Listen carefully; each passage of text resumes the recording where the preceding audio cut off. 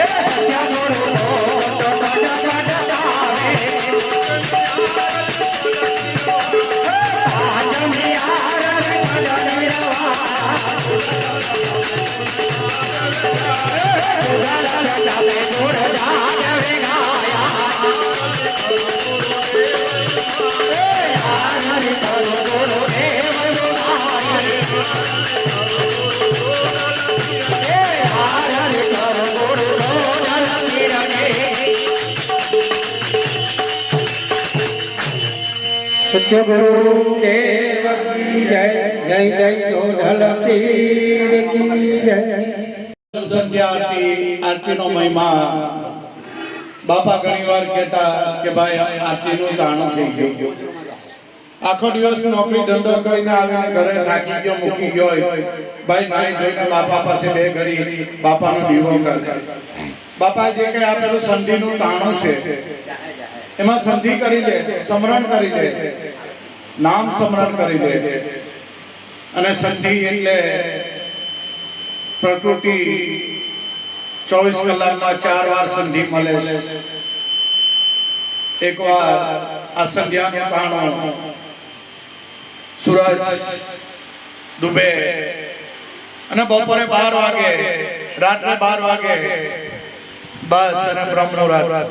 આ સંધ્યાનું તાણું છે. આ સંધિ કરવાનો સમય છે. સંધિ સાની કરવાની? શ્વાસ ઉશ્વાસમાં જે કઈ સદગુરુએ સત્ય નામ આપેલું એની સંધિ કરવાની.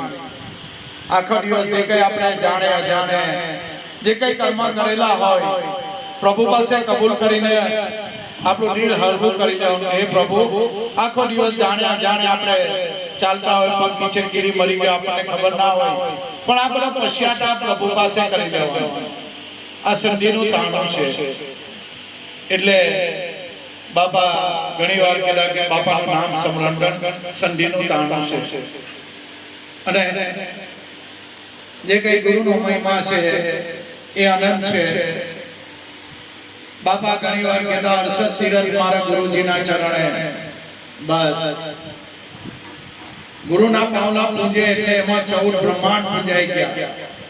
સંતોએ કહેવા વાળું કહી દીધું કે ગુરુપદ પંકજ પૂજતા 14 લોક નો જાય, શિવ વિરંગી શારદા ગુરુ તણા જસ ગાય. શા માટે ગુરુ અને સંતોનો મહિમા છે?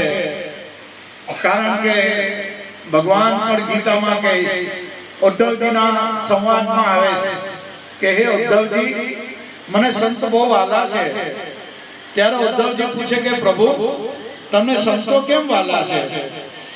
ત્યારે ભગવાન સ્વમુખે બોલે છે કે હે ઉદ્ધવજી, તમારે જેવા સંતો આ પૃથ્વી પર છે એ મારી ઓળખાણ કરે આપે, બાકી સંતો વગર હું કોઈને મળતો નથી ભાઈ. એટલે સંતો એ મને બહુ પ્યારા છે, કારણ કે હું તો અલગ અનામી અવિનાશી છું, પણ આપણા સંતો છે બસ એ મારી દિવ્ય અનુભૂતિ કરાય આપે, બાકી હું કોઈને મળ્યો એમ નથી. એટલે આ બધી ગુરુ અને સંતોની આપણી ભારતની પરંપરા, આપણો ભારત દેશ ઋષિ મુનિઓ સંતો મહાપુરુષોનો દેશ છે. અને સદગુરુ મળે ને ભાઈ, ભગવાનને કોઈ જગ્યા હોદવાની જવાનું, બસ ભગવાન દરેકના શરીરમાં છે, દરેકના ઘટમાં બેઠા જ છે.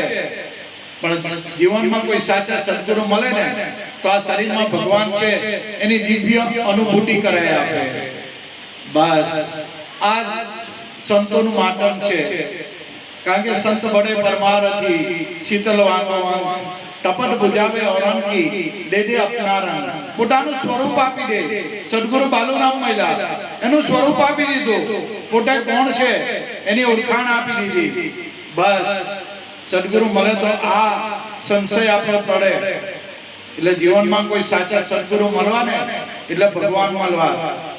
કારણ કે આપણે બાપાના પાવલા પૂજીએ, ચરણામત પીએ. માનવ કોઈ દાડો ભગવાન નથી, પણ માનવની અંદર ભગવાન છે. બસ એ વસ્તુ છે. માનવનું શરીર મહાન નથી, પણ એની અંદર જે ચેતન તત્વ રહેલું છે એનું મહત્વ છે. બસ ગુરુ કોઈ વ્યક્તિ નથી, ગુરુ શક્તિ છે. એને દેહ ભાવે આપણે નહીં જોવાય, ને દેહ ભાવે જોવું તો ભલભલા આમાં પાછા પડી ગયા. કારણ કે દેહ દેખાય તો ભગવાન નહીં દેખાય, અને જ્યાં ભગવાન દેખાય તો દેહ નહીં દેખાય. ભલભલા આમાં ગોટા મારી ગયા શરીરમાં. તો હાડ ચામ છે ને એમાં તો ભલભલા નાની ગોટા મારેલા. કારણ કે શરીર જોઈએ તો એમાં એની અંદર આપણને બળતું જ દેખાય, ગુણ અવગુણ જ દેખાય. પણ જેને પરમાત્મા નક્કી થઈ ગયા અમારો સદગુરુ એ જ ભગવાન, અને એને સત્ય નામ આપેલું છે ને, બસ એનાથી ભવપાત કરી જવાય. એટલે આ સંધિનું તાણું ગુરુ અને ભગવાન એક જ છે. જો નક્કી થાય તો મનાય તો, બાકી આ ચામડાનું શરીર છે. અમને સદગુરુ બાલુરામ મળ્યા, પણ અમે નક્કી કરેલું કે બાલુરામ એ જ અમારો ભગવાન. શરીર ભગવાન નથી, શરીરની અંદર ચેતન તત્વ રમી રહેલું. બસ એની તરફ સંતો ઈશારો કર્યો. એટલે ભગવાન કહે છે, ઉદ્ધવજી સંતો મને બહુ વાલા છે, કારણ કે સંત મિલે તો મેં મિલ જાઉં. જો સંત મિલે તો મેં મિલ જાઉં, પણ સંતોમાં વિશ્વાસ આવવો, એમાં દાણા બંધાવી, એમાં બ્રહ્મભાવ નક્કી થવો બહુ ગોપરો કોઈ ને થાય. એટલે આ ભક્તિનો વારસો છે. કારણ કે મિલકતનો વારસો તો બધા જ આપે, પણ આવો ભક્તિ ભાવનો વારસો કોણ આપે? આપણા બાળકોને આપણે મિલકતનો વારસો આપીએ એ તો આપણે વ્યવહારિક રીતે, પણ સંતો આધ્યાત્મિક લાઈનનો ભગવાનનો વારસો આપે કે તારા શરીરમાં જ ભગવાન છે. એ સંતો બતાવે, એ સદગુરુ બતાવે. એટલે ખૂબ ખૂબ એવો ધન્યવાદ છે. આ ચરણ પૂજન કર્યું એ 68 તીર્થનું એને ફળ મળે. જે ચરણ પૂજન કરે છે તેને 68 તીર્થનું. ભલે આપણે ગંગા, કાશી, કેદારનાથ કશે જવું નથી, આ ઘર બેઠા ગંગા આવીને બસ એને સેવી લેવાનું, એમાં નાઈ લેવાનું, બસ બીજું કાંઈ કરવા જેવું નથી. અને અમારા બાપા કહેતા કે ભાઈ 4 ધામની યાત્રા એટલે ખબર છે, 4 ધામની યાત્રા કરતા કરતા નાકે દમ આવે. બાપા થાકી ગયા અને બહુ તકલીફ પડી ને અહીંયા તો ચાલતું જવું પડ્યું ને લાઈનમાં ઉભા રહ્યા ને બહુ કંટાળી ગયા. 4 ધામની યાત્રા જઈને આવ્યા. પણ સદગુરુ બાલુરામ કહેતા કે 4 ધામની યાત્રા તને અહીંયા કરાવું, ઘર બેઠા તને કરાવું. 4 ધામની યાત્રા બાપા હું વાત કરો? હા એમ કે ઘર બેઠા જ ચાર ધામની યાત્રા કરાવો. આ બાલુરામના શબ્દ. તારે ચાર ધામની યાત્રા જ કરવી છે ને? હા બાપા, પેલા માટે રૂપિયા હોવો જોઈએ, સમય હોવો જોઈએ, થાકીઓ જોઈએ, કંટાળી જોઈએ, લાઈનમાં ઉભા રહેવું પડે, દર્શન નહીં થાય, ચાલવું પડે, બધી તકલીફ બહુ વેઠે. પણ બાપા કે ચાર ધામની યાત્રા તને ઘર બેઠા કરાવું તો બાપા બહુ સારું. ત્યારે બાપા કહેતા સદગુરુ બાલુરામે કીધું, તારા ઘરમાં તારા મા બાપ છે એ 2 જણ અને તારા સાસુ સસરા, આ 4 ની જેણે સેવા કરી લીધી એની 4 ધામની યાત્રા થઈ ગઈ. બસ આ વિચારવાનું છે આપણે. આ 4 ધામની જેણે સેવા કરી, આ 4 જણે જેણે ખુશ રાખ્યા એની 4 ધામની યાત્રા મફતમાં થઈ દેજો. આ સંતો કે આપણા સાસુ સસરા, આપણા મા બાપ, એ 4 જણની જેણે સેવા કરી તો ઘર બેઠા 4 ધામની યાત્રાનું ફળ મળે છે. આ સંતો કહે છે. એટલે ઘરમાં મા બાપ હોય, સાસુ સસરાની સેવા કરજો, હળી મળીને પ્રેમથી રહેજો. બસ આ સંતોનો સંદેશ, આ સંધ્યા આરતીનો સંદેશ કે ભાઈઓ હળી મળીને પ્રેમથી રહો, ખુશમાં રહો, બાળકો સાથે આનંદ કરો અને પ્રભુના ગુણગાન ગાઓ. બોલો સત્યગુરુ દેવ. 2 મિનિટ સંધ્યા આપણે બાપાની વંદગી કરી લઈએ. જેમને ગુરુ મંત્ર મળ્યો હોય એ ગુરુ મંત્ર દ્વારા બાપાનું સ્મરણ કરે. ને જેને જે કઈ ઈષ્ટ દેવતાને માનતા, ભગવાનના નામો અનેકો છે, એના રૂપો અનેક જ છે, ઈશ્વર આત્મા એક જ છે. તમે જેને માનો એ બસ. ભગવાન પણ ગીતામાં કે અર્જુન દરેક જગ્યાએ હું જ છું, મારી સિવાય કાંઈ છે નથી. મારો ભક્ત જે ભાવે મને ભજે એ ભાવે હું પ્રગટ થાઉં છું. બસ કોઈ દેવી ભાવે ભજે તો દેવીમાં પણ હું છું, કોઈ દેવતા ભાવે ભજે દેવતામાં પણ હું છું. કોઈ રામ કે, કોઈ કૃષ્ણ કે, કોઈ મહાવીર કે, કોઈ ગોડ કે, અલ્લાહ કે, ખુદા કે, ઈસુ કે, જે કે અર્જુન મારા ભક્તોનો જેવો ભાવ તે રીતે હું જ પ્રગટ થાઉં છું. મારી સિવાય કાંઈ છે નથી, દરેકમાં હું જ રમી રહેલો છું. પણ ભગવાનના નામો અનેકો છે, રૂપો અનેક છે. આપણો જેવો ભાવ હોય તે ભાવે ભગવાન પ્રગટ થાય. એટલે પ્રેમથી આપણે ભગવાનનું 2 મિનિટ વંદગી કરી લઈએ. બોલો સત્યગુરુ દેવ કી